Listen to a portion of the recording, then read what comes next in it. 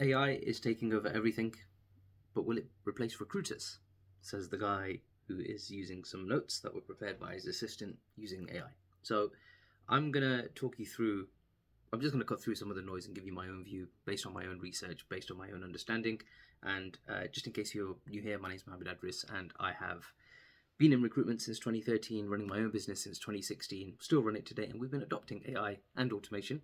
And I'm going to talk you through where it applies, where it doesn't apply, where I believe it fails, and where I believe some recruiters are probably going to be put out of business if they operate in certain ways. So stay tuned, I'm going to go through it. So to kick things off, you have to differentiate what AI can and can't do. And for you to be able to differentiate that, the way that I understand it is recruitment is a human-centric business. The reason why recruiters do well is because they have personal relations with hiring managers and the candidates that they represent. And that personal relationship that they have gives them leverage over literally every other person, the competitors, every single other person that they could possibly compete with in this business model.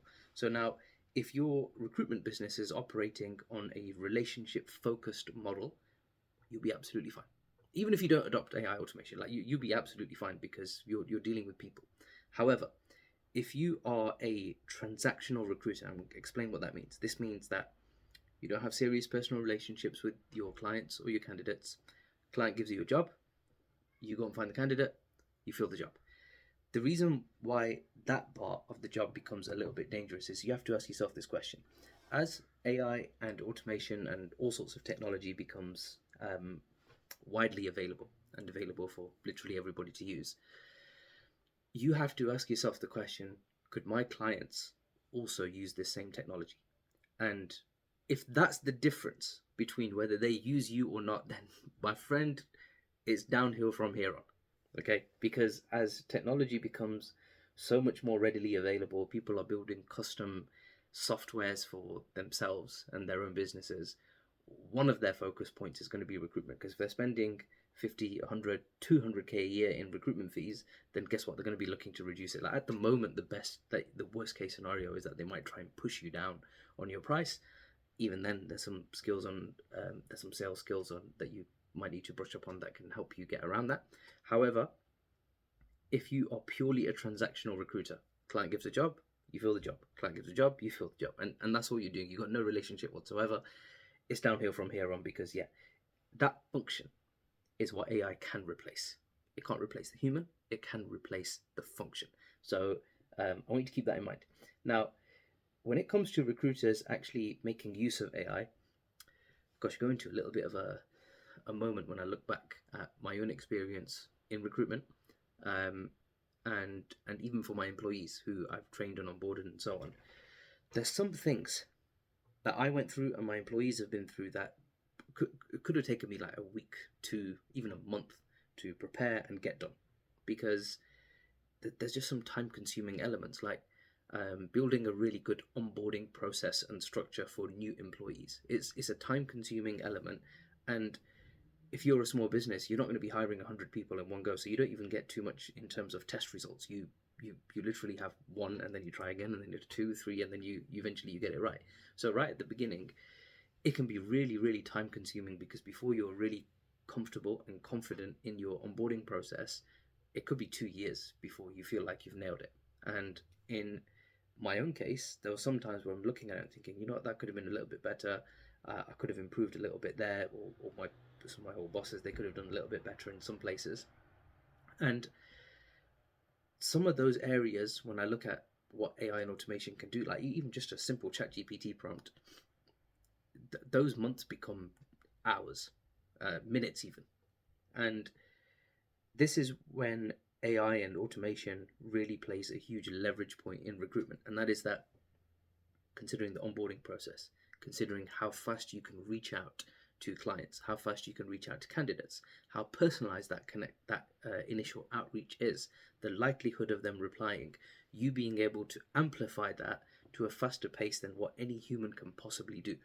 And when you consider all of these variables, now all of a sudden, what used to take months to acquire your first client can now be done in a matter of weeks.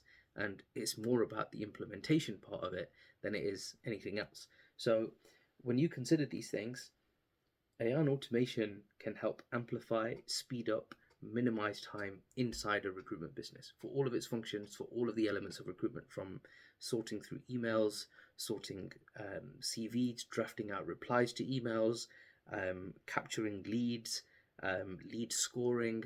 There's just endless possibilities, and as tech progresses, and the adoption of tech in recruitment progresses, I feel like there's just going to be more and more. So now this is where the debate comes up about AI replacing recruiters.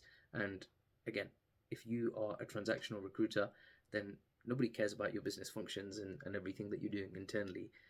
What they care about is, do you have the leverage to be able to convince somebody else to work for a given employer? And if you have that point of leverage, you still have value in the marketplace. If you are purely transactional, send a message, or you call them, or you find them on a job board, and then you pass over the CV, book an interview, and that's it. There's no human element involved in between. Got bad news for you, my friend. Got bad news for you. And that leads me on to the next point. The human interaction element of just about any job, not just recruitment, everything out there, there's certain things that cannot be replaced. Okay, I've been on websites where their entire support is done through a chatbot, and I'm sure you've all had that experience where it's absolutely mind-numbing. And then they'll reroute your call, and then they'll give you a phone number to dial, and they'll put you through to somebody who doesn't speak the same language as you, and it can be really, really difficult to communicate. That's another level of painful, until you finally get through to somebody who can actually communicate properly with you. Now, that's where everything just works out brilliantly, because that person, because they can communicate with you, they're in a position to they're in a position to explain your problem back to you, and because you feel understood, now you believe that you're being well taken care of. Up until that point, chatting to a bot doesn't really do the trick. So now, I know there are some patterns and shifts in terms of the way humans communicate, because once upon a time there was only the option to pick up the phone and call someone. Now it's very common to WhatsApp and text people, and everything is fine. Like, that's how a lot of people communicate. I tend to pay attention to my younger siblings and even my kids, and I think, how do they communicate amongst some friends, because this is probably going to be the upward trending element in the near future. So now, those human skills, how you interact with people, just like this video, I could have generated this with AI, and there's some things, some fine nuances that you would be able to see if this was actually AI generated. Maybe I'll be able to get just as much information across to you. However, there's a human element that comes into it, and there's a real live person and a real live story in the background that comes to life when it's not AI generated. And that rule follows through in recruitment and all of your human interactions, because there's something about human interaction that we can't get rid of. Like, humans don't live in isolation; they live with and amongst other people. So having no human contact, some people, it's a big problem.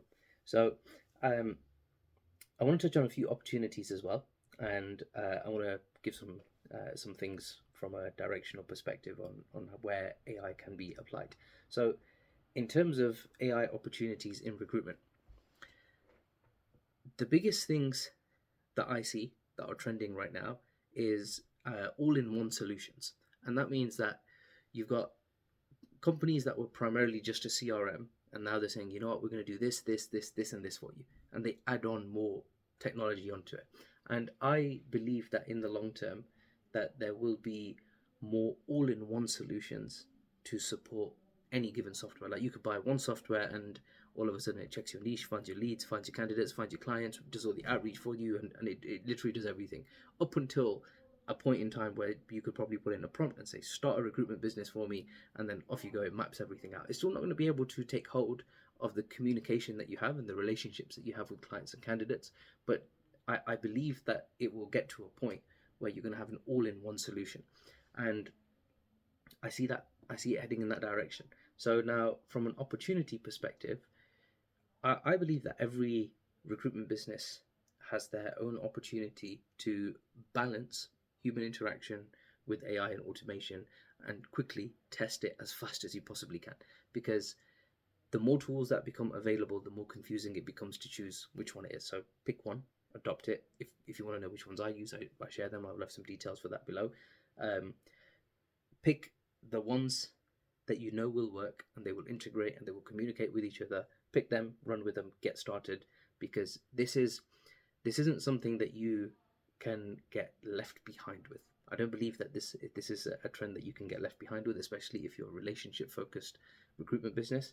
The only thing that happens is that if your competitor adopts it, they're just going to be quicker at doing things than you. That doesn't mean you can't make your business work. It just means that somebody else is operating 10, 15 times quicker than what you are. And if that makes you feel some kind of FOMO or feel like you're being left behind, then so be it. But I believe, hand on heart, that there will be some businesses that operate without adopting any AI and automation. I would just rather not be that kind of business. So that's that one part of it. And the final thing is adopting any form of AI and automation in your recruitment business is a massive step up, because the example that I gave earlier was that there were some things that took me weeks, if not months, that now would take me a matter of minutes. So now, when you consider the rate of progression in your business, whether you're starting, or whether you're experienced or experienced recruiter starting on your own, or you already have a small team and you're looking to grow, you have to consider how much time does it take your recruiters or anybody in your team that actually does recruitment, how much time does it take them to, for example, write job ads, deal with incoming messaging from LinkedIn, from emails, sifting through applications.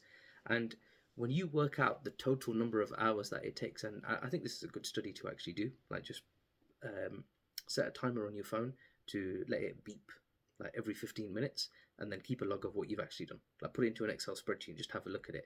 And you're going to come to realize that probably about 60% of time that you spend doing random stuff, like even admin related stuff, checking emails, replying to messages, and all of this stuff, this can be handed off to AI and automation.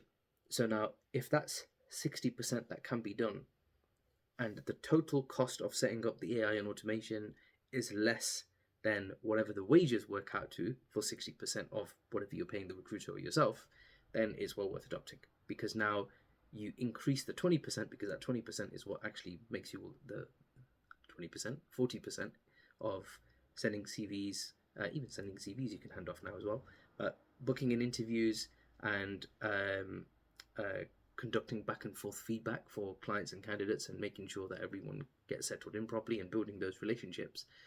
They're the key things that are left out. So now, if you wipe out the other 60%, you now increase your capacity by 2.5.